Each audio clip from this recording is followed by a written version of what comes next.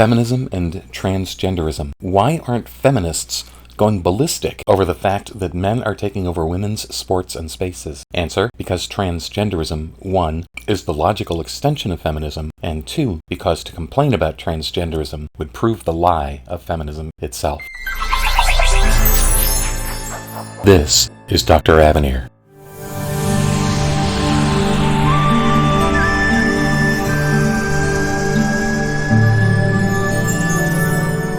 Why don't feminists react loudly and vociferously against transgenderism? After all, look at all the men claiming to be women who are just taking things from women. They're taking sports awards, sponsorship deals, and more. Well, the reason feminists don't say anything about it all is simple. Transgenderism is just feminism taken to its logical extreme. Sometimes I wonder whether transgenderism is God's response to the hateful garbage that is feminism. After all, feminists never tired of telling everyone how they could do anything a man could do, and they could do it better. Well, it turns out that all the best women are actually men, and men who have to weaken themselves considerably for more than a year before they can compete against women and dominate them in women's sports. Ironic, eh? Feminism comes along and spreads the lie that women are better than men at everything, and in the space of a few short years, transgender men prove that not only are men actually better at everything than women, but considerably weakened men are better than women at everything. Everything sporting, that is.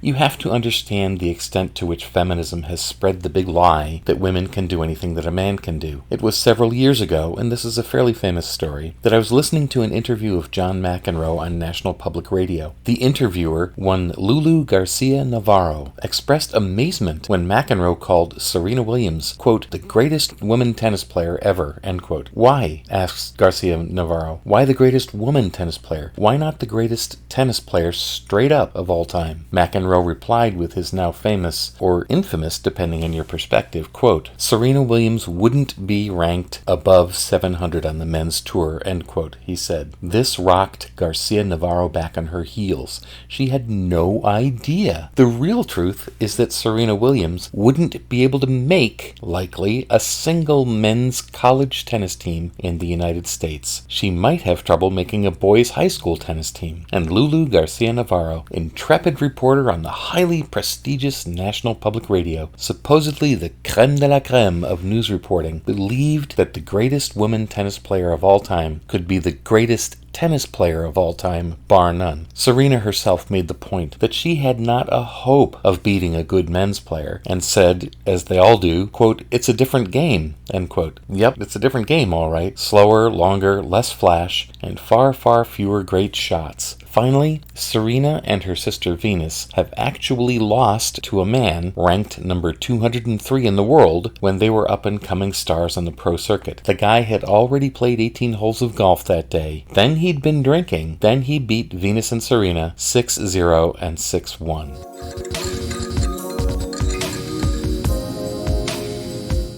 Fast forward to today. Men know that women can't do everything they can do, and obviously can't do it better either. So why not, like young Will Thomas, mediocre men's swimmer, transform yourself into Leah Thomas and go beat all the girls all the time? Why not, when you're Dylan Mulvaney, a struggling gay actor having trouble making ends meet, why not just tell everyone you're a woman? Do a 24/7 bad imitation of the worst stereotypes of women, and wait for the notoriety and the endorsement deals to come pouring in. This is all just the logical extension of the big lie of feminism that women can do anything that men can do, and do it better. Men know it's not true, and now the brazen ones are cashing in. I wrote a piece 10 years ago suggesting that Tiger Woods announce that he's a woman and revive his then flagging golf career. I had no idea that bad male athletes in so many other sports would take me up on that tongue-in-cheek suggestion and become world-class women athletes and cash in. But the point is, feminists aren't saying anything because I think they understand that transgenderism makes a mockery of feminism, and they have no idea actually how to respond. After all, they've had the field free and clear for generations. No one has pushed back against the lies and the hostility and the vitriol, the cancellation, the absurd narratives, the slanders of men that feminists have been spreading for decades upon decades.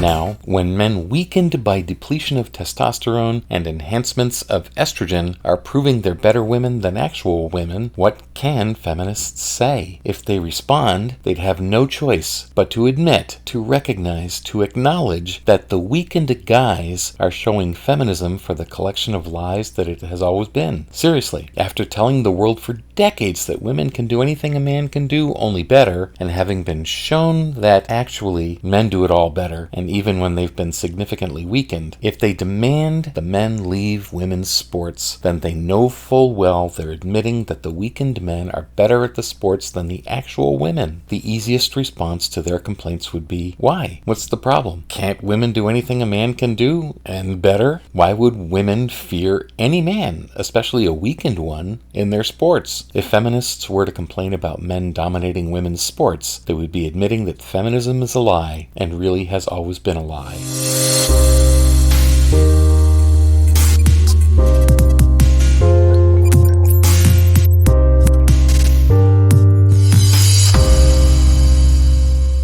So feminists must remain silent and hope that it all blows over soon, and that the American citizenry will forget all about the time when men demonstrated they were better women than women. In this endeavor, they have Republicans and conservatives as their best and strongest allies. After all, it's the Democrats pushing the feminist nonsense, as has been true for decades now. Honestly, if feminism is eradicated due to transgenderism, that will be a very good thing indeed. I feel really bad, though, for the women casualties of the transgender weirdos. Riley Gaines shouldn't have to be made to pay for the feminist big lie, but she has, as have the women who've lost endorsement deals and sponsorship deals to Dylan Mulvaney, as did the Connecticut high school girls track athletes who were trounced by trans women running in their track events. What scholarship opportunities did those girls lose? All thanks to feminism and its evil deformed child, transgenderism. So why don't feminists complain about the transgender men taking over women's sports, women's restrooms, women's locker rooms, women's endorsement deals and such? Because in so doing, they admit that feminism is a lie and has been a lie all along. Thank you so much for your time and attention. Please make sure to like, share, and subscribe. We try to do at least 5 videos per week, but the actual number depends on how busy we get here at Avenir HQ. Also, please feel free to contact us or contact me. Our contact information scrolls across the top or usually sits at the top of our videos, so you can see. Contact us by email. We will answer your questions if you send us an email asking those questions. And I hope you have a wonderful, spectacular remainder of the day.